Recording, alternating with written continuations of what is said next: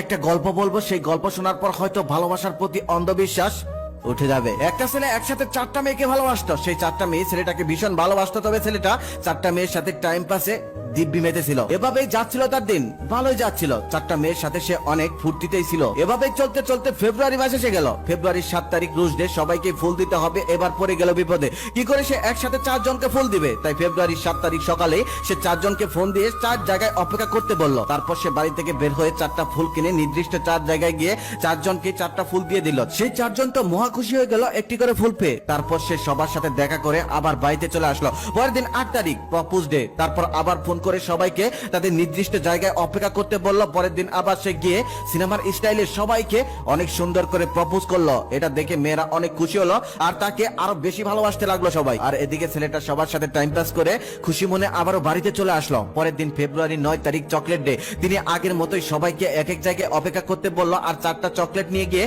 সবাইকে দিয়ে দিল। চকলেট পেয়ে মেয়েরা অনেক খুশি হলো আর তাকে আরো বেশি ভালোবাসতে লাগলো। এদিকে ছেলেটা 4 জনের সাথে টাইম পাস করে আবারও খুশি মনে বাড়িতে চলে আসলো। পরের দিন 10 তারিখ টেডি ডে। আগের মতোই তিনি সবাইকে এক এক জায়গায় অপেক্ষা করতে বললেন আর 4টা টেডি কিনে নিয়ে সবাইকে একটি একটি করে দিলেন। মেয়েরা অত্যন্ত খুশি হলো আর মনে মনে ভাবলো ছেলেটা কত রোমান্টিক আর কতটা ভালোবাসা আমায়। এদিকে ছেলেটা আগের মতোই সবার সাথে টাইম পাস করে খুশি মনে আবারও বাড়িতে চলে আসলো। তারপরের দিন ফেব্রুয়ারির 11 তারিখ প্রমিস ডে। সবাইকে তাদের নির্দিষ্ট জায়গায় অপেক্ষা করতে বললো আর তিনি গিয়ে সবাইকে প্রমিস করলো আর বলল, আমি তোমাকে ভালোবাসি, তোমাকে ছেড়ে কখনই যাব না, আমি তোমাকেই বিয়ে করব। এটা শুনে মেয়েরা অত্যন্ত খুশি হলো। সব মেয়েরাই মনে মনে ভাবলো আমার প্রেমিকটা কত ভালো, কত রোমান্টিক, কত ভালোবাসে আমায়, আমাকে ছেড়ে কখনোই যাবে না। তারা তাকে অত্যন্ত বিশ্বাস করলো। এদিকে ছেলেটা সবার সাথে টাইম পাস করে আবারও খুশি মনে বাড়িতে চলে আসলো। তারপরের দিন ফেব্রুয়ারির 12 তারিখ হাক ডে। তারপর সে সবাইকে এক এক জায়গায় অপেক্ষা করতে বললো আর পরের দিন সকালে সে বের হয়ে গেল সবার সাথে দেখা করার জন্য আর হাক করার জন্য। প্রথম জন খুব সহজেই হাক করে নিল, তবে দ্বিতীয় জন ভাবলো একটু বিপত্তি,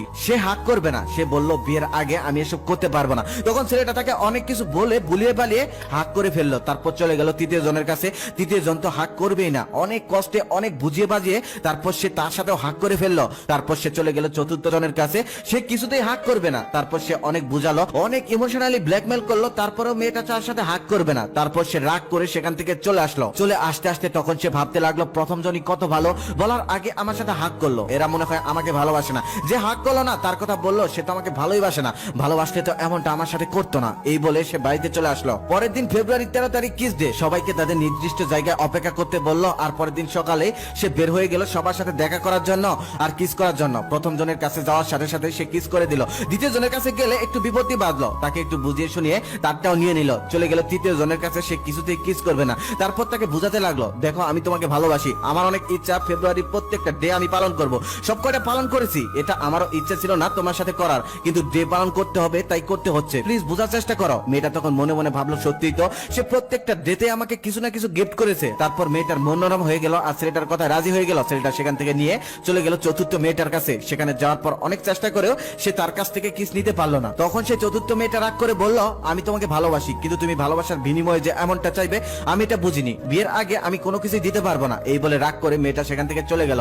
ছেলেটা তারপর মন খারাপ করে সেখান থেকে চলে আসলো। মনে মনে ভাবতে লাগলো এর সাথে আমি আর সম্পর্ক রাখবো না, প্রথম জন কত ভালো, যাওয়ার আগে সবকিছু দিয়ে দেয়। তারপর সে এটা ভাবতে ভাবতে বাড়িতে চলে গেল। তারপর দিন 14 তারিখ ভালোবাসা দিবস। তারপর সে রাতে ফোন করে সবাইকে একই কথা বললো, দেখো কালকে ভালোবাসা দিবস, কালকে দিনটা আমি স্মরণীয় রাখতে চাই, তাই কালকে আমি তোমার সাথে একটু সময় কাটাতে চাই। এই কথাটা সবার কাছেই বললো। তারপর প্রথম জন খুব সহজেই তার কথায় রাজি হয়ে গেল আর দ্বিতীয় তৃতীয় জনকে বুঝিয়ে বুঝিয়ে সে রাজি করিয়ে ফেললো। আর চতুর্থ জন কিছুতেই রাজি হলো না, তার সাথে সম্পর্কই ছিন্ন করে ফেললো আর বলল, তুমি আমাকে কখনোই আর ফোন দেবে না, আমি এখন থেকে আর কখনোই তোমাকে ভালোবাসবো না, কারণ আমি তোমাকে যেমনটা ভেবেছিলাম তুমি তেমনটা না। এই বলে সে ফোন কেটে দিল। পরের দিন ভালোবাসা দিবসে এক এক করে সে 3 জনের সাথে টাইম পাস করলো।